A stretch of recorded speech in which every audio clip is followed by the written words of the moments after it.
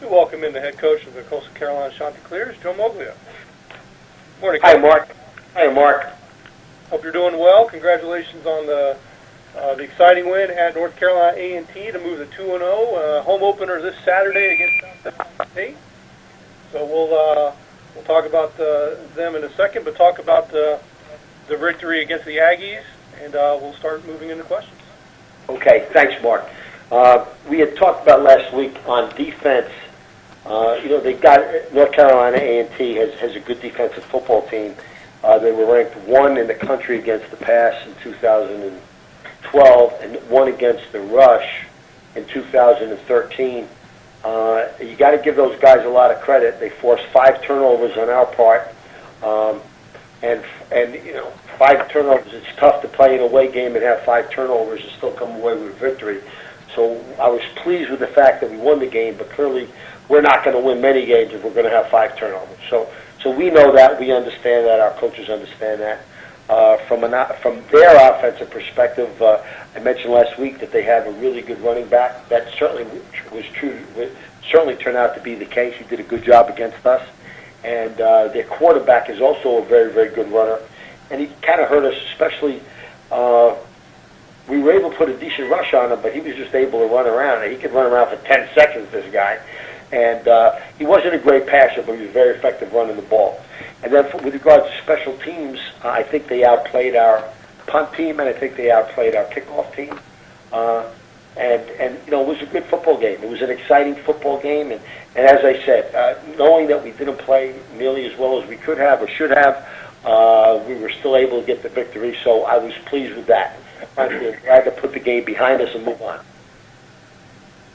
All right, well, we'll go ahead and do that. We'll start taking questions for Coach Moglia. Please press *1 on your phone, or click the Q&A link at the top of your browser. If you join us via the web, we'll start taking questions for head coach Joe Moglia. And Coach, talk about this week's opponent, South Carolina State. South Carolina State. It's hard to get. South Carolina State was tied for the MEAC championship a year ago. They went to the playoffs. We played them a year ago. It was a away game. It was a tough game. That game could have gone either way a year ago. It's hard to get a real good read for them because they opened up against a Division II opponent that they killed, and then they played a really good Clemson team at Clemson, and they got killed. So it's hard to get a real evaluation from that. So we'll be the first real FCS game, and it'll be much more of a matchup than either one of their first 2 games for them was. Same thing would be the case with us. From an offensive perspective, they run a multiple pro eye. They do a lot of different things out of that. They can hit on any snap of the ball. There's multiple points of attack that they can come after. They'll do a lot of read type stuff where it's not necessarily option to keep or pitch, but option to keep or give, keep or pass, give or pass, that type of thing. And they do a good job with that. They've got a couple of guys that do a good job of running the ball. They're reasonably balanced on offense. From a defensive perspective, they'll run a multiple 40 look, but they'll show a lot of odd stuff as well. They don't hesitate to get into a 3-man front. Their guys are good athletes. They're quick and agile. They get to the ball. They're not afraid to hit you. They have been sound on special teams. So it's going to be a good football game. It's our first game at home in a while. So we're excited to be able to play at home, but it'll be a good football game, and it'll be a good test for us, and it'll be a good test for them. All right, thanks, Coach. At this time, we'll move to questions for Coastal Carolina head coach Joe Moglia. Again, press *1 on your phone at any time, or click the Q&A link near the top of your browser, and click raise hand if you join via the web. And Coach, first questions for you are from Thomas Grant of the Orangeburg Times and Democrat. Go ahead, Thomas. Yes, Coach. Coach Pugh talked about the will of your team when it comes to being able to find victories, and he pointed to last year's game where you were able to turn things around on special teams with a blocked field goal to turn into a touchdown, and then this past Saturday where you got the 99-yard kickoff return. Just talk about the importance of special teams, and just what is it about your program where when things seem dire, you're able to find a way to pull out a victory? Well, I think number one, I know every coach says special teams are important. I know that, but we say they're important, and we spend an awful lot of time on it. We spend a day never goes by where we don't have a meeting with the team on special teams. special teams gets 30 minutes of every practice. Even if we shorten the practice, special teams don't get cut. So it's not just something that we say is important. We really treat it that way, and we pay close attention to it. We pay close attention to our personnel. We pay close attention to our schemes. We pay close attention to what our opponents are doing with regards to those. So having said that, though, that doesn't mean, if you have a good player, that doesn't mean you can't get a block and catch one of our guys out of the lane and wind up getting a big gain against us. Certainly, that was the case. That was the case this past weekend with A&T. They had a couple. They did a good job on their kickoff returns. They did a good job on their punt returns. So we've got to do a better job across the board there. But the answer to your question specifically is that we just focus on it and we treat it very seriously in terms of finding ways. And the other part of the question, we make a very, very big deal of it, how important character is, and we talk about our missions to put a team on the field that anybody connected with Coach will be proud of. And while winning may matter there, we can't always control if we're going to win, but we can control our effort. So it doesn't matter what happened last play. It doesn't matter if we're down by 30 or up by 30. It doesn't matter. It's your next play. You're supposed to be focused, and you're supposed to be given 100%. And that always helps us. Doesn't mean it always gives us a win, but it always helps us.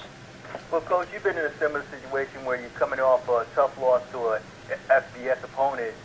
How difficult is it to try to scout a team when it come off a loss like that, and just you expect South Carolina State to come back differently than after coming off a loss like this? Well, Tom, I think what I really expect from them is that they're going to come after us. I think the same type of conversation I would have with our guys. I think when a team like Clemson, remember, Clemson's not just an FBS football team. They are a really, really good FBS football team. And, they play a very, very competitive schedule. They're very good. They're very tough. They got a good defense. They got a good offense. They have 35% more scholarships than we do at the FCS level. They play in front of a packed house, more so than what we do. So they've got a lot of things going for them. When things don't go well, it's easy for those things to snowball. If you get a break or two early in the game, it doesn't mean you can't give them a good game. But at the end of the day, the probability that they're going to come away with a victory is still there. I think, number one, your guys, I think for the most part, the players and the coaches know that and understand that. So you asked in terms of how I would handle it. I think at the end of the day, I'd be telling our guys, and I have no doubt that Buddy will be doing something like this. Guys, we played a team that we were supposed to handle, and we did a phenomenal job in opening day. Then we had to play a real powerhouse that we weren't supposed to handle. You know what? We gave it our best, but it didn't work out, and then it kind of snowballed. Okay, that's all behind us now. Now we've got a shot to play the team that we played a year ago. We've got a shot to play a team that's our level. We've got a shot to then kind of make amends and find out what we really got. And I think that would be the way I would approach that. My guess is Buddy would have a similar approach, and there may be other approaches, but that'd be the way I handle it. And finally, Coach, just how concerned are you about your rush defense after 2 games?